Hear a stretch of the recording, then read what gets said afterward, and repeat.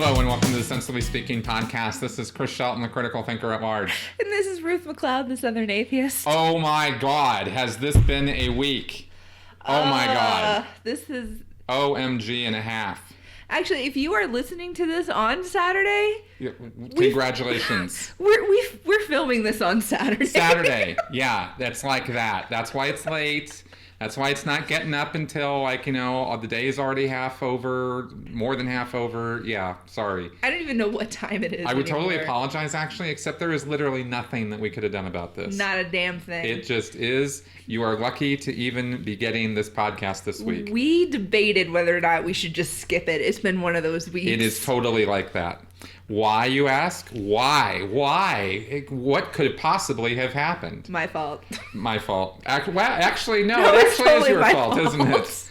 Yes. Explain, please. Well, so I've lived here for 4 years, and ever since I moved to Denver, I basically have been saying, I want to experience a blizzard. Mm-hmm. I got a blizzard. Mm-hmm. And then I dubbed it my blizzard because I'm the one who keeps asking for a blizzard.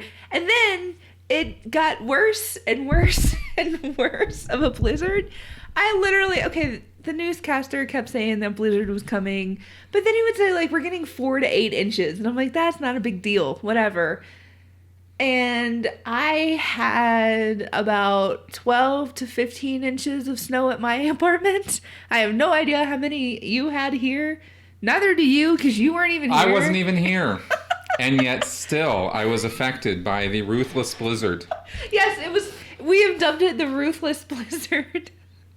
Yes, hashtag ruthless blizzard. Huh? All her fault. My fault. Yeah, because I was in California. Sunny, warm, beautiful California, playing with the puppies and having a great time. That's so not fair. It was so not fair, but I was having a nice time out there. I flew out to visit with my mother and family, and actually, in a couple weeks, you guys will be seeing the results of some of what I was doing out there on my channel. It was awesome. There's some good stuff coming. However, Thursday morning comes time to come back here. Now, the blizzard was on Wednesday. Okay. They closed the Denver airport. I told for the you, first time in over a decade or something. It closed. just kept getting worse and worse. Worse and worse and worse. So, Thursday morning... I was in my fuzzy jammies just watching it from my window with my hot cocoa, and I was just like... Yeah. It was pretty, though. I mean, it was pretty, but... It was pretty. Yeah, whatever. It was gorgeous. Whatever. So... But anyway. Yeah, so I'm sitting in my recliner, waking up early Thursday morning to fly back. Wait, you slept in a chair? I did. Because I like that there. It's a long story. And I wake up, and there's an email in my inbox from Southwest. Hey, guess what? Your flight's canceled. Call this number. Not even like we've moved it, just it's canceled. So I call the number immediately, and I am told very, nicely by the Southwest lady that, yeah, they don't have another flight for me until Saturday. Today, right? And I actually had other work set up as well. Right? He doesn't care about us as much as he thinks he does. Or as much as we think you do. Yeah, whatever. I do. I care. Well, he cares about y'all. He doesn't care about me. Yeah. So I had other work set up. I had all kinds of things. I'm just rolling away over here. Yeah, just roll away. And so in order to get back here yesterday, in order to get back here last night, I rented a car and I drove back because I couldn't wait until Saturday to get back here because I had things Friday night and first thing this morning to get done. So I drove, surprise road trip from Sacramento. I'm actually a little envious of that because I really want to do a road trip. I love road trips. It was nice drive. It would be nicer if I was with somebody else. Road trips by yourself kind of suck. I always listen to comedy when I take road trips when I'm by myself. Because then I'm laughing the whole way. I wasn't prepared for that.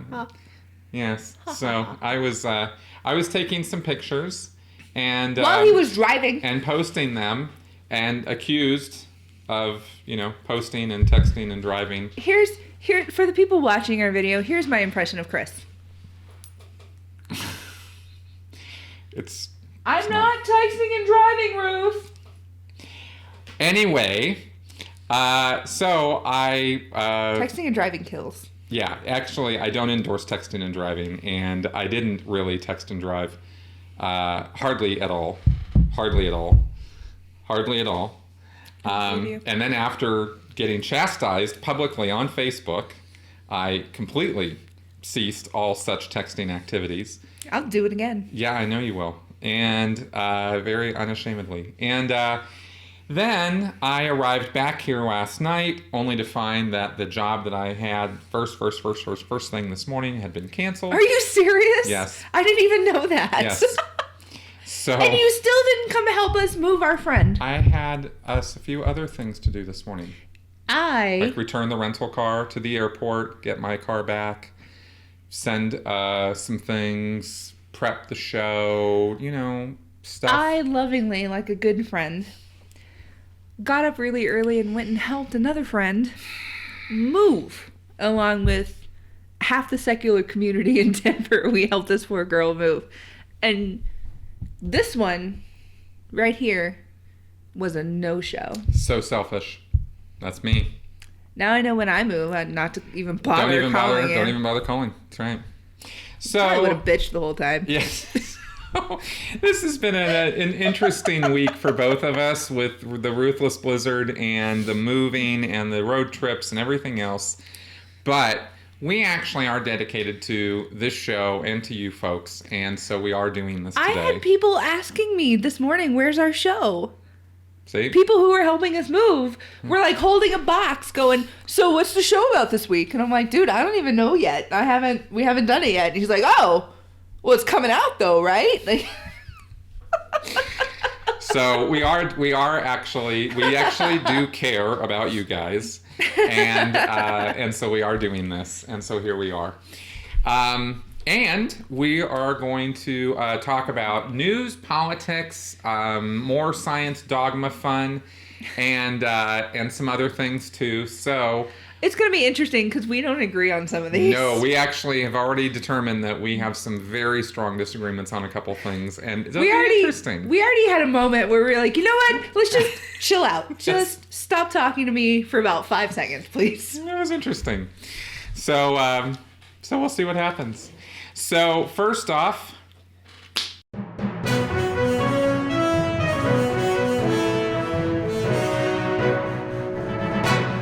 so this last week in the news, terrorist attack in Brussels on the 22nd totally sucks. We're not going to necessarily rehash all the details. That's been done ad infinitum by CNN, CNBC, and every other news outlet out there. News. Fox, Smox, all of it. All of it. Instead, one thing that there was just basically a point we wanted to make. We were looking at the news during the week like everybody else was, and an interesting thing kind of came along the lines. Now, this is when it gets into terrorist attacks and attacks by ISIS and Muslims and Islam and this sort of thing. This is an area I am loath to even go anywhere near because I know the depth of my ignorance when it comes to the topic of Islam. Right. And all of the groups and subgroups and which is part of our problem, actually. It's a huge part of our problem. I recognize that. Right. Totally recognize that. I am limited in my ability to understand what's going on with these stories and with the Middle East. Well, it's just there's centuries of history that we're just not taught and we're not privy to. Right. And so when it gets to issues like this, where we're having all of these dreadful, tragic attacks, not just in Brussels, not just in France, all over the world, and most of them we don't even hear about. Right. Which is what we were going to bring up. Right. Right. But it triggers a reaction to us. And we're about to get further into that, I can tell. And I'm sorry, I'm jumping your gun. No, sorry. it's all good. It's all good. Because what we have is a situation where the Western media, and by that I mean the United Kingdom or the United States, basically headline or feature stories about Muslim attacks or ISIS attacks only when they have Western targets or targets we'd understand, like Russia, right? Or, of course, San Bernardino, right? Things like that, or Brussels or Paris. And yet the attacks that occur in Yemen, in Africa, in any other area of the world, right, where you have what we would probably consider as Muslim on Muslim violence, right? Right. Is where ISIS is attacking other Muslims. Now, as I'm given to understand this from the limited amount of reading that I did, those ISIS attacking those Muslims or people of Islamic faith are attacking them because they don't consider them actual true Muslims. They don't consider them true faith followers like the ISIS members consider themselves to be. These people that they're killing are apostates or are infidels or something, and maybe not exactly to the same degree that they might consider you or me to be, but still it's not, strictly speaking, Muslim on Muslim violence from their point of view, right? Actually, I think this is just my own thought process on it. Yeah. That they actually, when I say they, I mean the what we would think of as terrorists, the Daesh, the ISIS. They are attacking other Muslim groups, and I think that one of the reasons they do that is because they're even more offended that someone who should know better doesn't think the way that they think.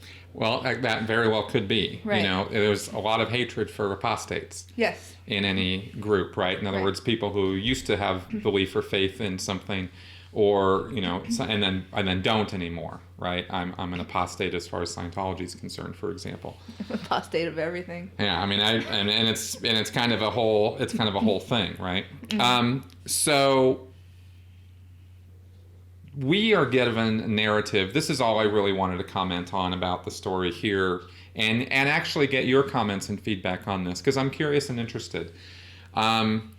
We both are, exactly. By the way, I'm a part of the show.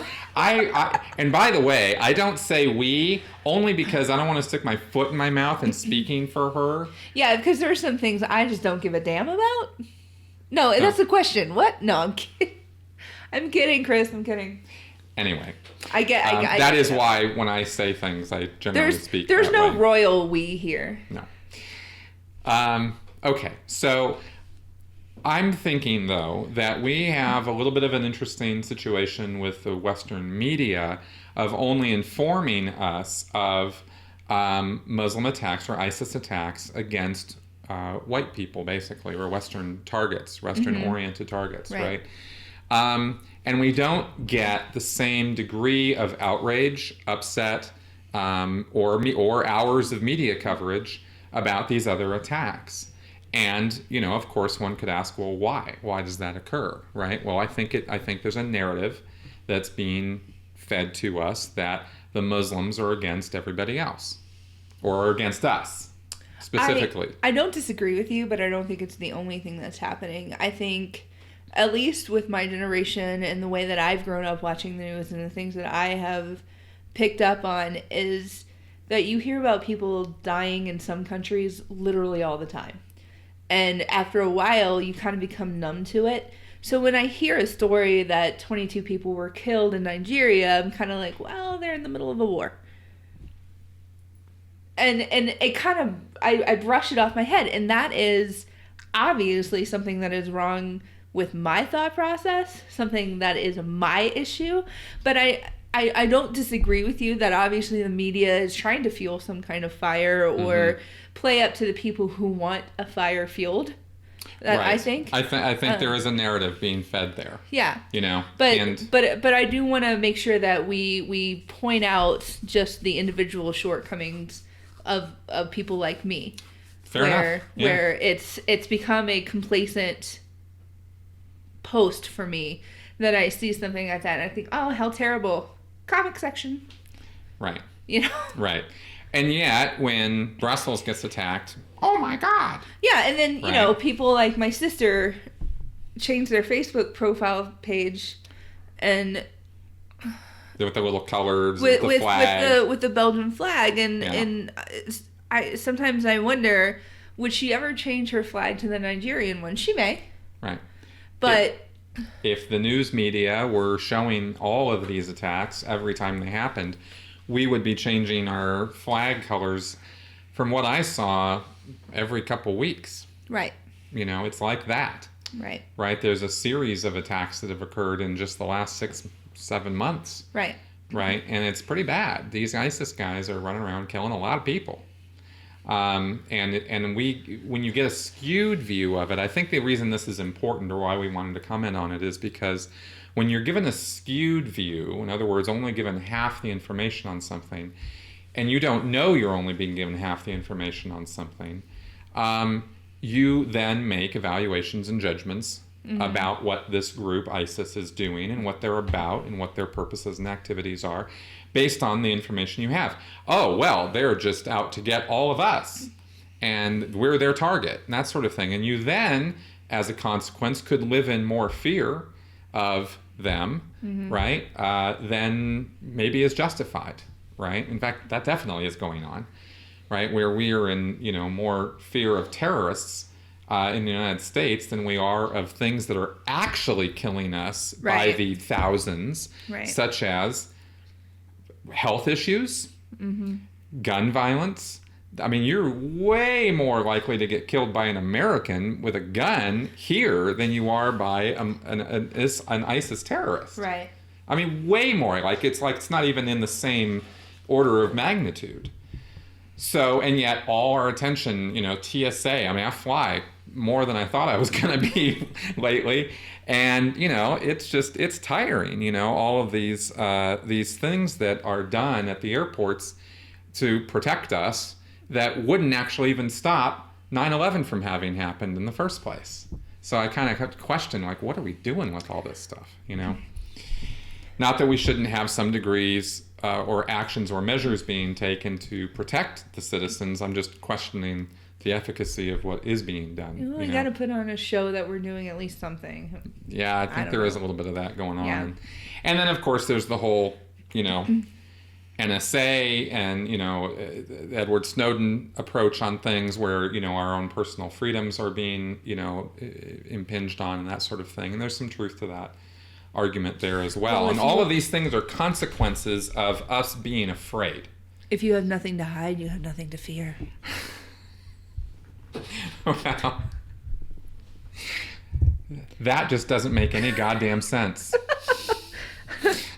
I said that sarcastically for anybody who can't see my face right now. Right. Yes. Total sarcasm there. Okay. So. Sorry, I was channeling some of my family members right there. Yeah. So we would be very interested in any comments or feedback on that you have. That's probably a subject matter that we could expand on in later shows. But I just want to sort of, like we tend to do, sort of throw ourselves into the middle of some massive, thing. Giant argument. Exactly. And then revisit it, in future shows. Right. All right. And speaking of revisiting things, Elizabeth Warren, who is just very quote-worthy as far as I'm concerned. I don't know really much about her, but the memes and quotes and whatnot that I see of her have never failed to impress.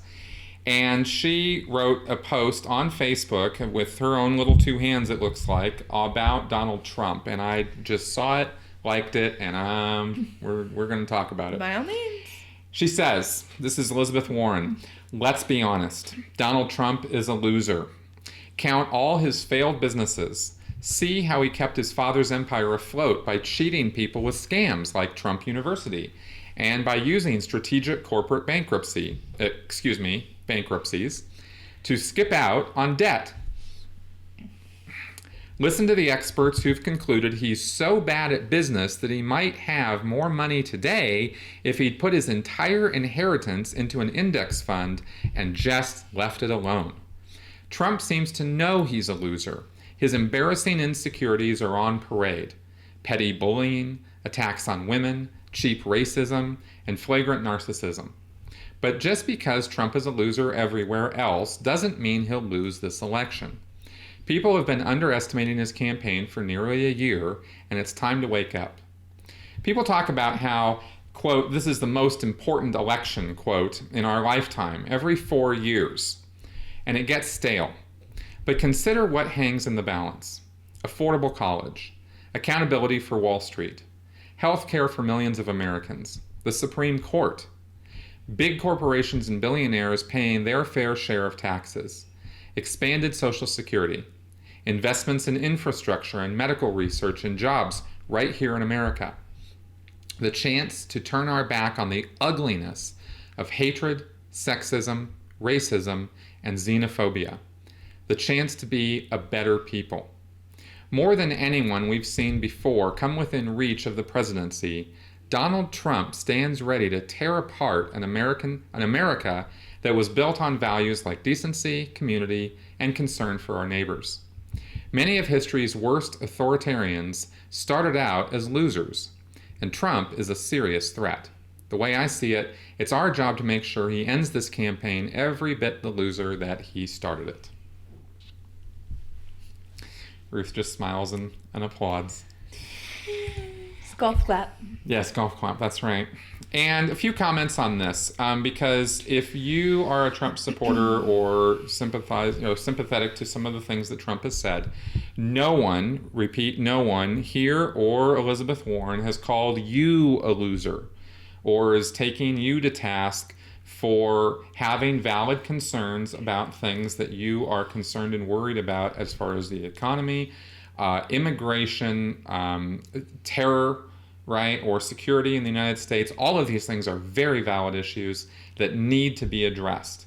No question about it. And I don't have, any massive, one-size-fits-all solution for any of this, and I don't think any of the candidates do. Period. I just don't, right? I'm not really overwhelmed with butterflies about all of them. It just concerns me how pompous this man is and the fact that he will not have a sit-down conversation with anyone about it. Exactly. This is very much the reason I wanted to go over this is because this is very much about Donald Trump specifically, not about his followers, right? We're not trying to sit here right now bashing on all the stupid people who follow him and that kind of thing. That's not what this is about. It's about him. He is not the guy who's going to solve any of those problems.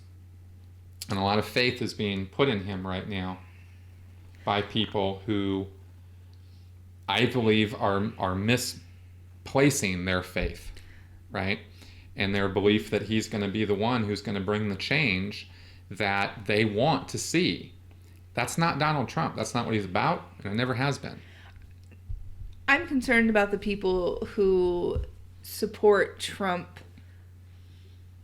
because of his pseudo-racism kind of thing. I am or too. They think that they want it to go back to the way things were when this country was good.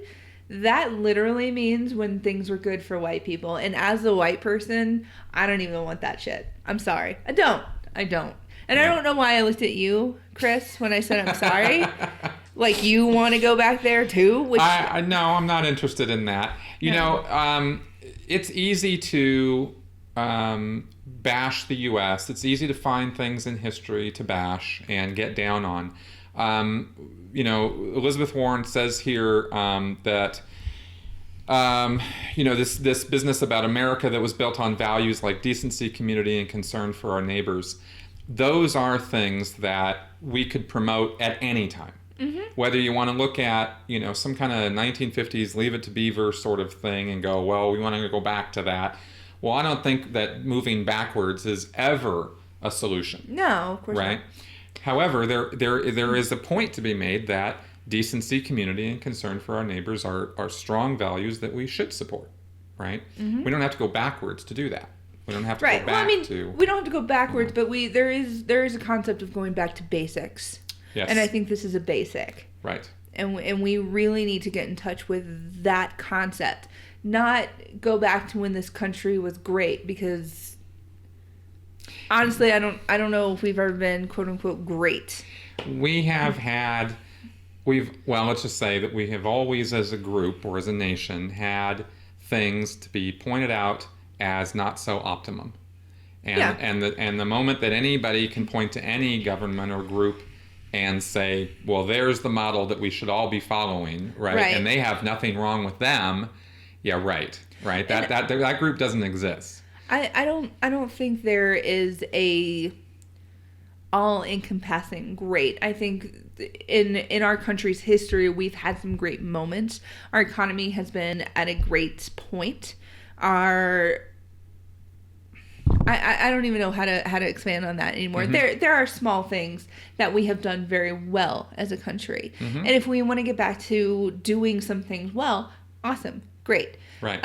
But it's just this vile sludge of a get our country back to a greatness that comes from this man's mouth makes me feel icky. Right. I can't think of an intellectual thing to say about that. Right. I can't. It's an appropriate response because he is playing on this conservative idea. Mm-hmm. And I mean by the definition of conservative, meaning conserving, going back to, an earlier period of time where things were supposedly better. That is a basic of conservative philosophy, mm-hmm, right? Mm-hmm. I don't follow that. I don't think that is socially or economically sound thinking. I think we always have to be thinking about moving forward, not moving backwards. Right. Which is why I highlighted that, right? Right. And yes, he plays on that conservative value, right? America is a pretty conservative country. And it could absolutely be... Wish it wasn't. Yeah. It could absolutely be like this whole play of this is how he's going to get votes to appeal to the lowest common denominator. That's exactly what it is. And that, to me, whether it's a ploy or not, is the scariest thing to me, because I'm a man who will do that, whether or not he believes in that, but a man who will do that is not a person that I want for the top seat in this country. Yeah, for sure. I just don't. Well, and I actually got called Trump trash today.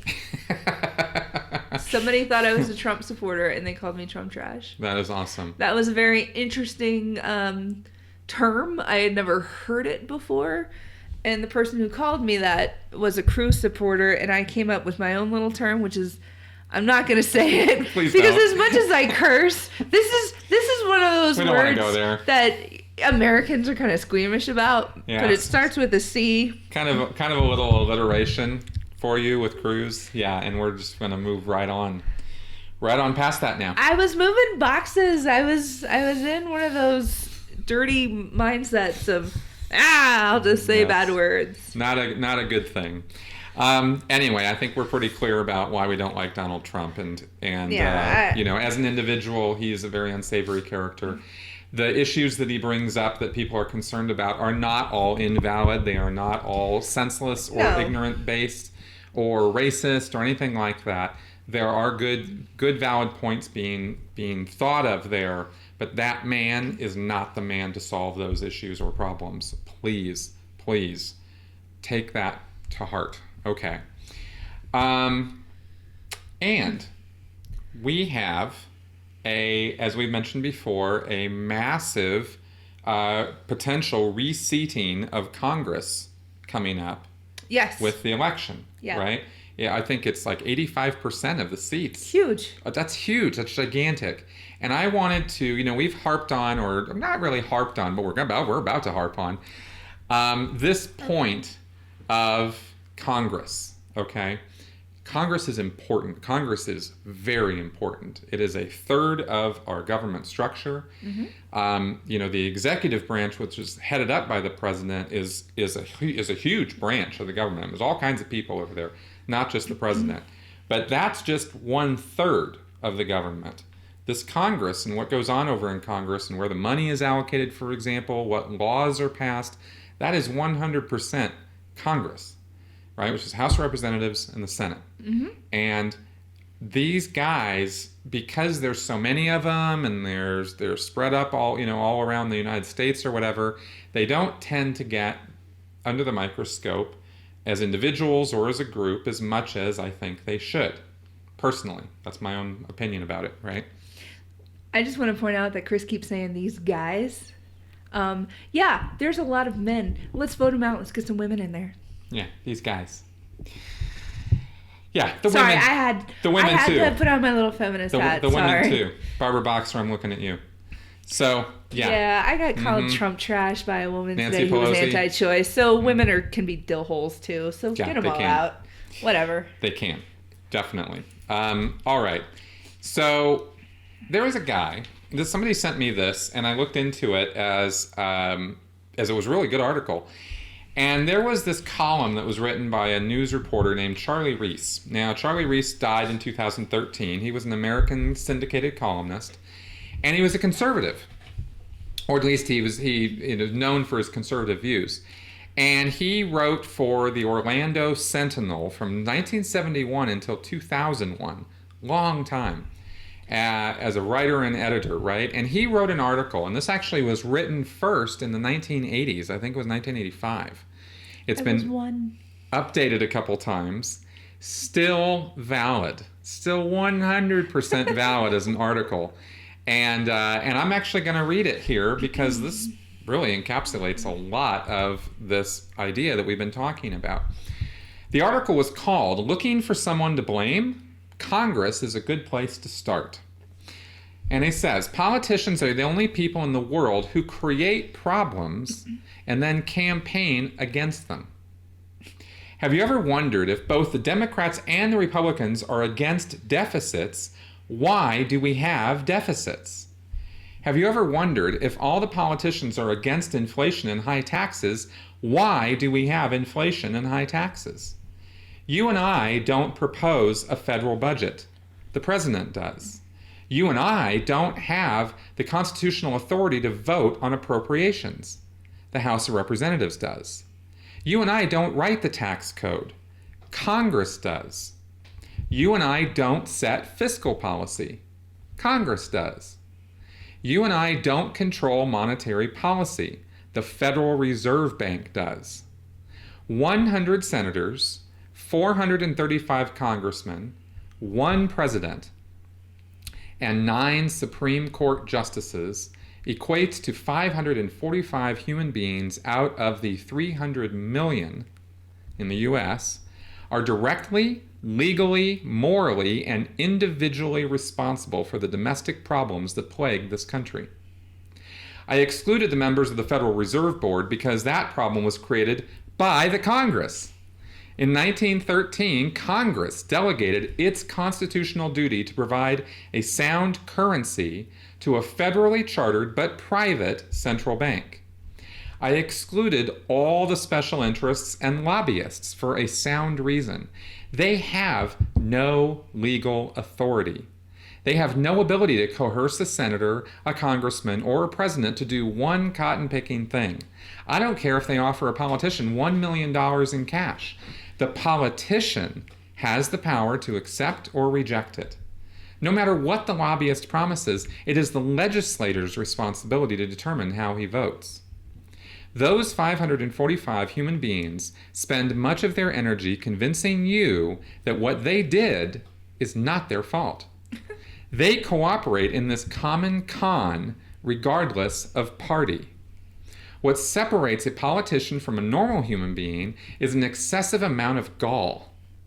No normal human being would have the gall of a speaker who stood up and criticized the president for creating deficits. The president can only propose a budget. He cannot force the Congress to accept it. The Constitution, which is the supreme law of the land, gives sole responsibility to the House of Representatives for originating and approving appropriations and taxes. Who is the Speaker of the House now?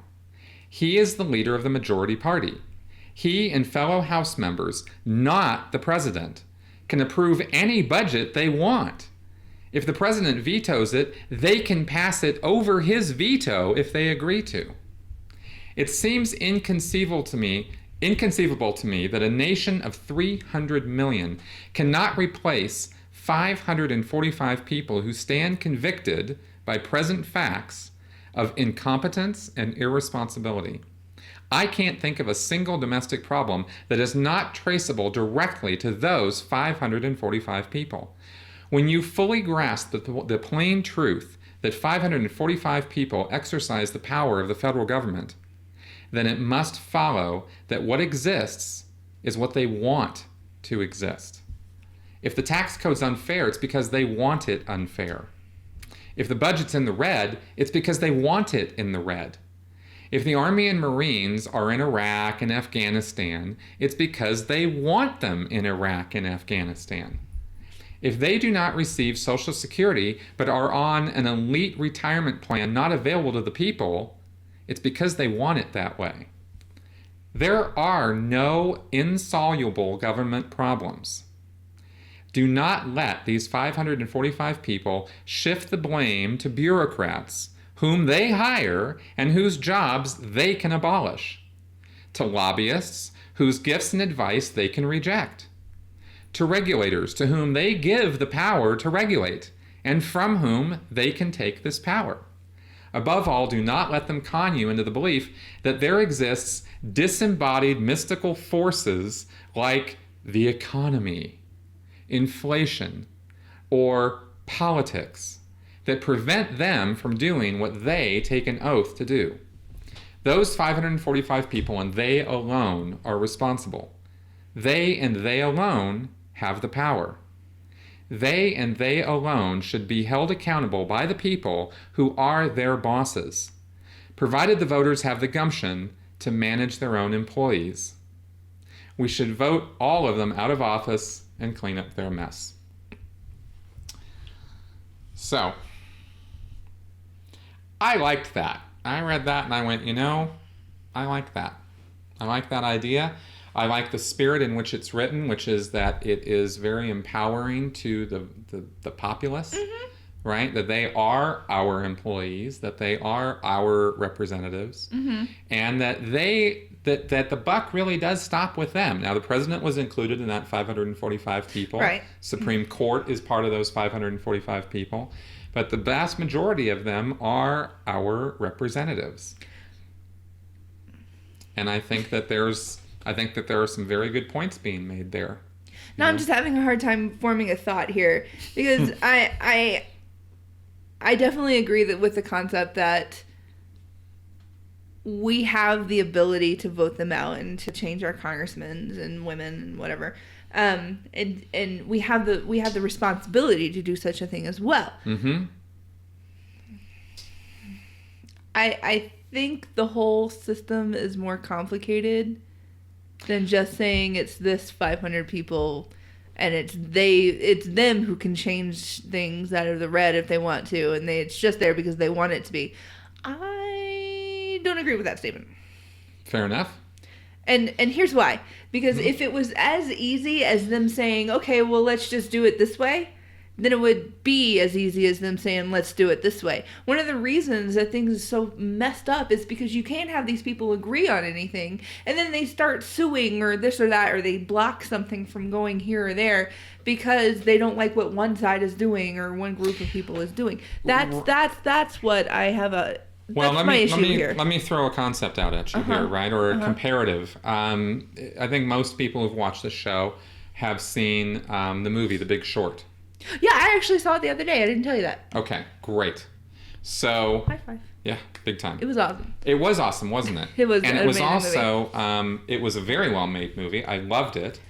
One of the reasons I loved it is because it called bullshit on the complexities, quote unquote, of Wall Street, right? That all these people spend all this time, doing these incredibly difficult tasks and managing these incredibly difficult hedge funds and investment accounts and all of this stuff, when actually, when you get down to it, these people explain themselves in such a way that it sounds so complicated, sounds so hard to understand, sounds so beyond the normal person to be able to get their wits around. And it's not that way at all. It's actually very simple what goes on there, right? Right. And I think that I'm applying that to government, right? And I understand that. I think but it's also made in the to concept, look very more. But in the concept of The Big Short, you still get the idea that these people didn't want a housing bubble. They just all thought that it was going to be the simple thing that it always was. Right. There wasn't going to be this big housing bubble because the housing market is strong. But it's just that everybody else didn't get that tiny other little piece that somebody else knew. That was the whole concept. But what was the thing that drove that to happen? Right, according to what happened in the movie, there was a lot of greed, a lot of avarice, a lot of personal selfishness, that made that system eventually tank, right? I'm not disagreeing with you. I would say the same thing applies to the government. I absolutely agree with you, but I'm saying it's not just a whole thing of, well, you know, we want us to be in the red, or we want us to have people over there. It's that you're having these people argue with one another, and so things get tied up. Well, yeah, because that's why I think that the government issue is different than this whole housing bubble issue. I don't think it's different only because if they were there to do what we all think they're there to do, they wouldn't be tied up in those things the way that they are. No, the reason that they're tied up is because their constituents on one side are saying, do this, and the other guy's constituents, God damn it. Anyway, you know what I'm saying. They're telling them the people they represent. Yeah, thank you. Damn words. Damn English. Couldn't I be French? But, you know, and they're saying, you know, do it this way. And so you have these two congressmen, whether or not they're going to listen to their people or listen to the lobbyists, they're still going to be butting heads. So, I mean, like, the House can pass something. The president can say, yeah, let's just introduce this, goes through the House. And it gets to the Senate side, and the Senate says, F this. You know, and I wish that government would come down to that level of simplicity, that it was only a matter of the representatives conflicting because of what their constituents were conflicted on. I wish it was that way, I wish that was all that was going on there. I'm saying simple because we only have a friggin' hour, and my head can only do so much right now. I'm just saying. There might be some other things going on besides me being just tired. Well, fair enough. Well, I do believe that it could be that, like Wall Street, in The Big Short, I do believe that it can be stripped down to very fundamental basics that... I'm not disagreeing with you on that point. I'm just saying that I think a lot of this red tape gets tied up because people are arguing, or you've got, you know, some POS Democratic governor going, no, F you guys, I want it to be this way, or some jerk-off Republican senator saying, no, I want it this way. And then you have this, you know, this whole big thing, or, you know, this group is blocking this group from doing something else. I don't think it's as simple as that, but I don't think it's as simple as saying, well, if Congress wanted this to happen, they'd do it. Okay. I don't think it's... I like this guy's article just because I'm from Orlando. Well, I'm not from Orlando. I'm from Tampa. I've heard of this guy before. I've read his stuff before. I've read the Orlando Sentinel before.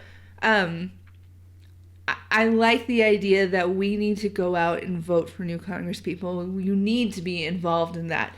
That is something that I like taking away from here. I don't think it's as black and white as what this article made it out to be. Fair enough. And I don't think I explained myself very well. Don't think I got a gold shiny star right now. Obviously not. I can't form words. I can't say words that I know should be there.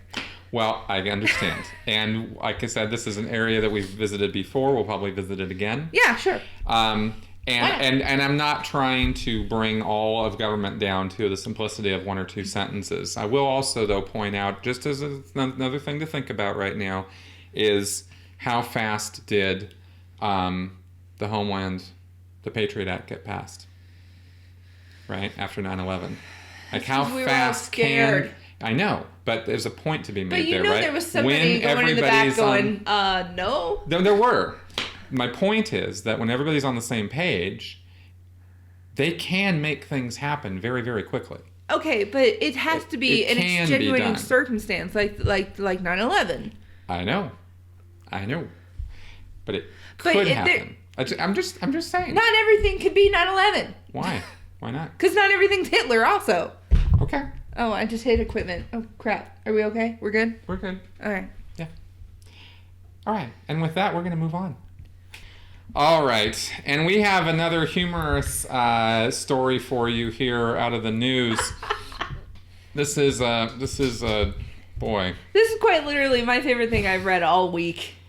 This is literally under HuffPost Weird News.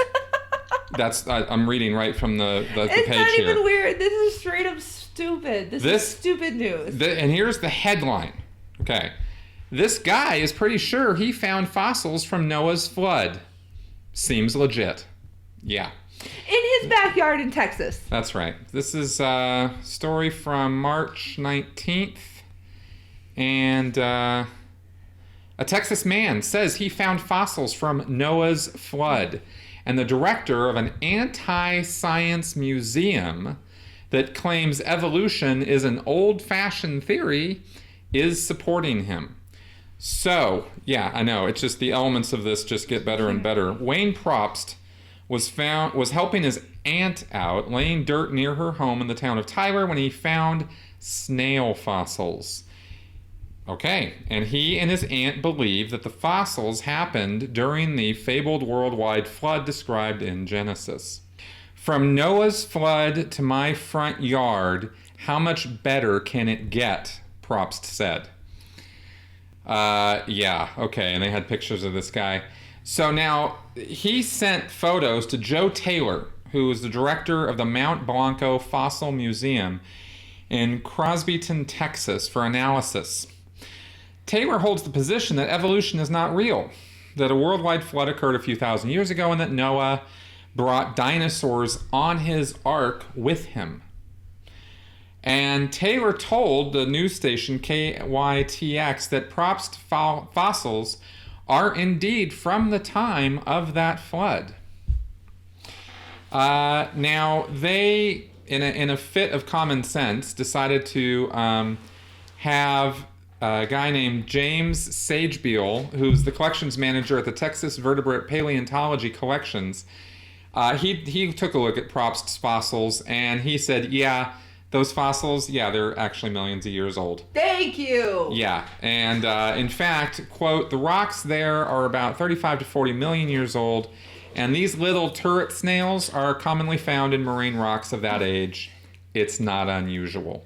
Let me just very, very quickly, since this is supposed to be a fluff piece, whatever. Science. If you grew up anywhere near a coastline, you have seen these things hundreds of times. Yes, I have. I have never picked one up and gone, oh, look, it's from Noah's flood. That never happened to me. Like that? It never occurred to me to do that. We went out fossil hunting when I was a kid, and the Shell oil fossil, you know, that shell? Yeah. I found a fossil that looked exactly like that shell. I had it for years, a nice little paperweight. It was wonderful. Yeah. And yeah, never even dawned on me that what I was digging out of the side of a cliff when I was a kid was, you know, from Noah's Ark. But apparently, because you know, I'm about to turn into a basic white girl. I can't even with this man. I don't understand. How ignorant you must be. I don't get where you would actually conclude that. And where do you find an anti-evolution scientist who looks at a freaking thing and goes, "Yep, that's from the flood"? That is pretty amazing, actually. That surprised me more. I mean, you have an ignorant guy out there who's digging up fossils, doesn't really know what he's talking about. And you go, okay, fine. He's not even But then you have a whole museum. He's not even digging up fossils. The guy found it literally in like a dirt pile. Yeah, a gravel pile that got dumped at his house, and he took it, the little guy. Yeah. And said, "Here, look, it's from Noah's Ark." Yeah, and there guy goes, "Fuck yeah, it's from Noah's Ark. Hell yeah, good for you. Put it on your mantle at your church." And you know what? I have to calm down. I have to go drink some water and roll away. I have to roll away. Yeah, I was slightly amused by a couple of the comments to this article. One from a Kelly Kaiser. I really wish these people would stop being from Texas. Many of us are educated, reasonable, and able to think for ourselves, I swear.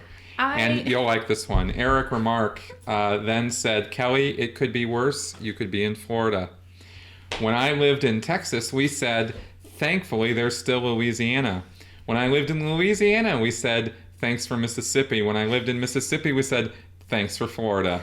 A veritable food chain of I'm not going to read that.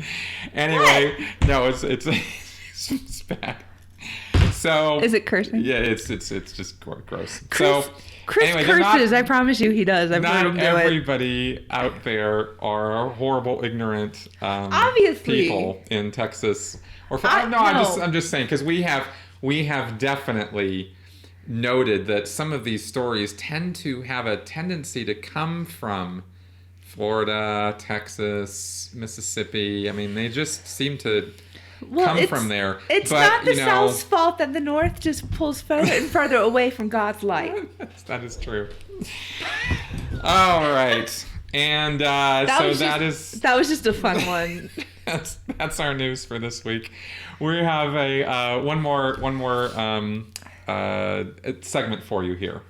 What are you talking about? What are you talking about? What are you talking about? What are you talking about, Chris? All right. Now I just have a couple of comments. You know, and I don't want to get into a big huge thing on this, but just, you know, to me it shows up. A couple weeks ago I think we talked about the dogma of science, how science can sometimes have, or some people can take on a dogmatic approach to science. Science always has all the answers. Science is an absolutism. Science this, science that, and that sometimes people can get a little bit too preachy about science. And then you have your priest of science being the Richard Dawkins, the Bill Nye, the Neil deGrasse Tyson. That's right, and who are spokesmen, and generally when it comes to their field of science or specialties, genius.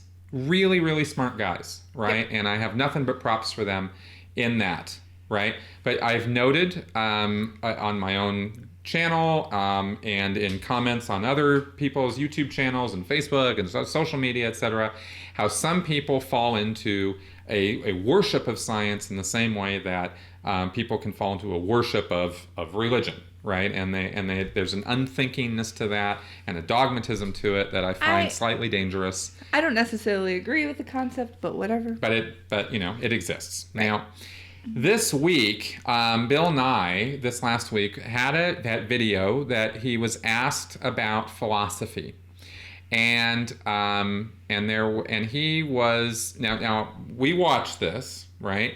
We have a differing take on, and different walk away from what he said, how he said it, and what we concluded or thought about, Bill Nye, the science guy's attitude about philosophy after watching this video.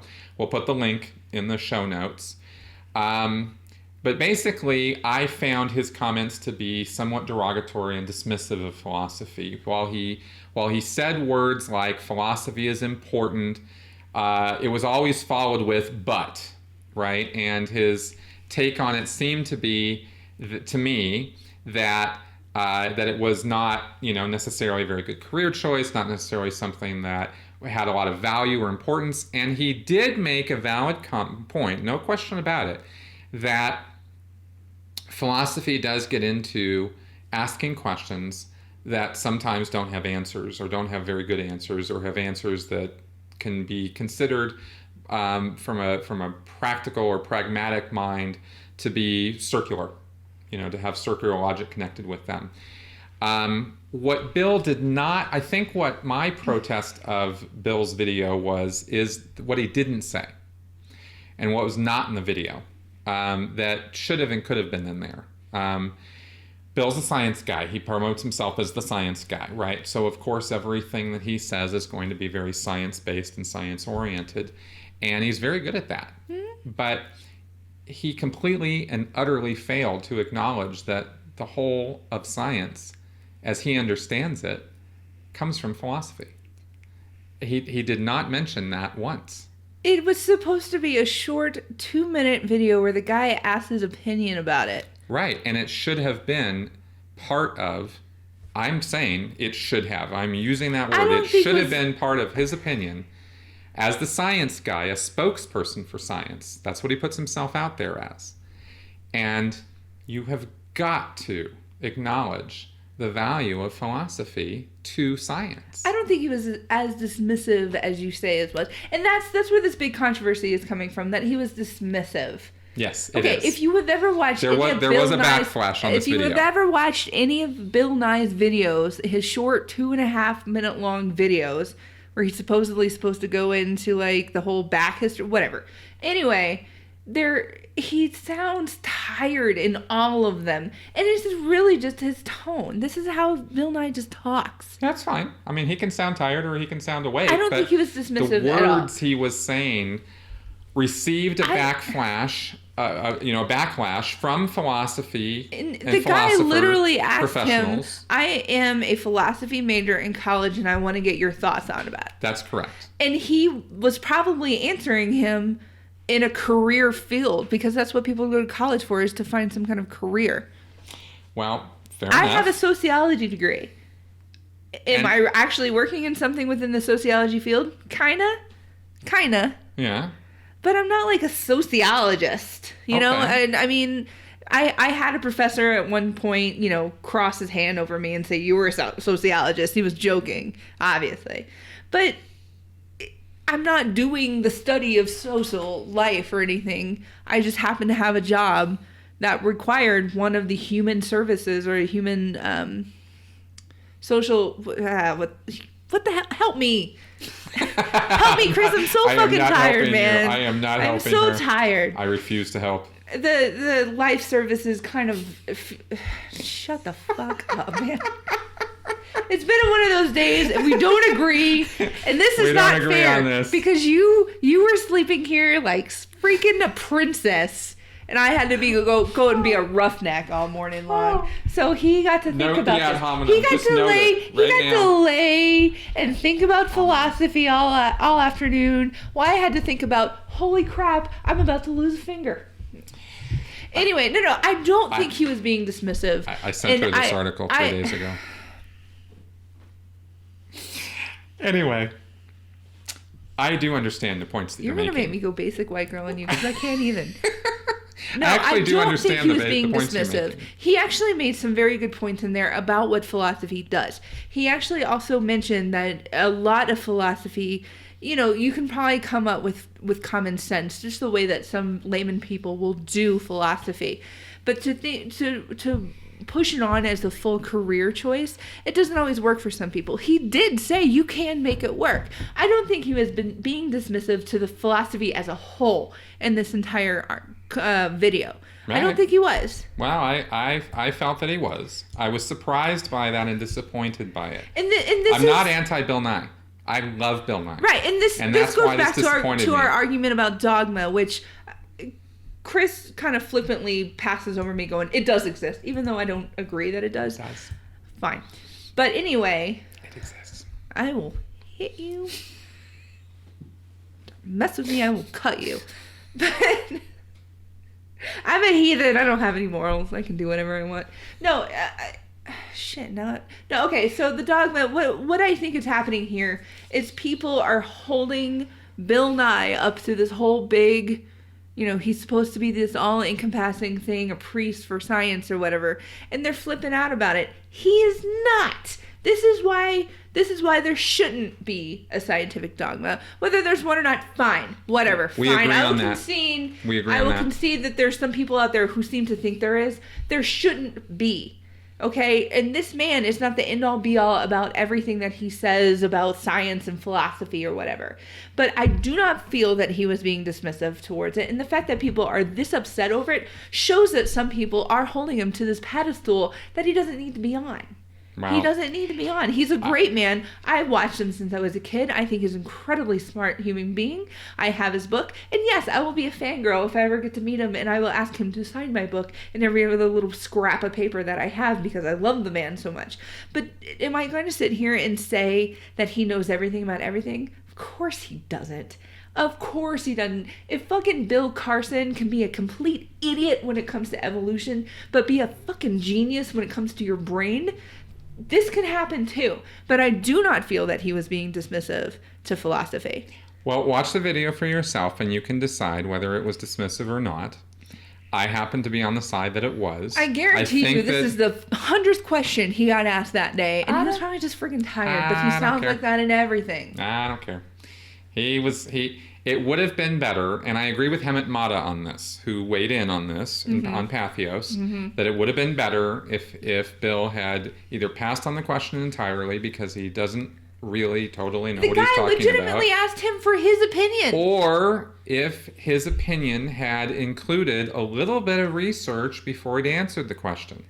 That would have been okay too, because then I don't think he would have made the gaffe that he made, right?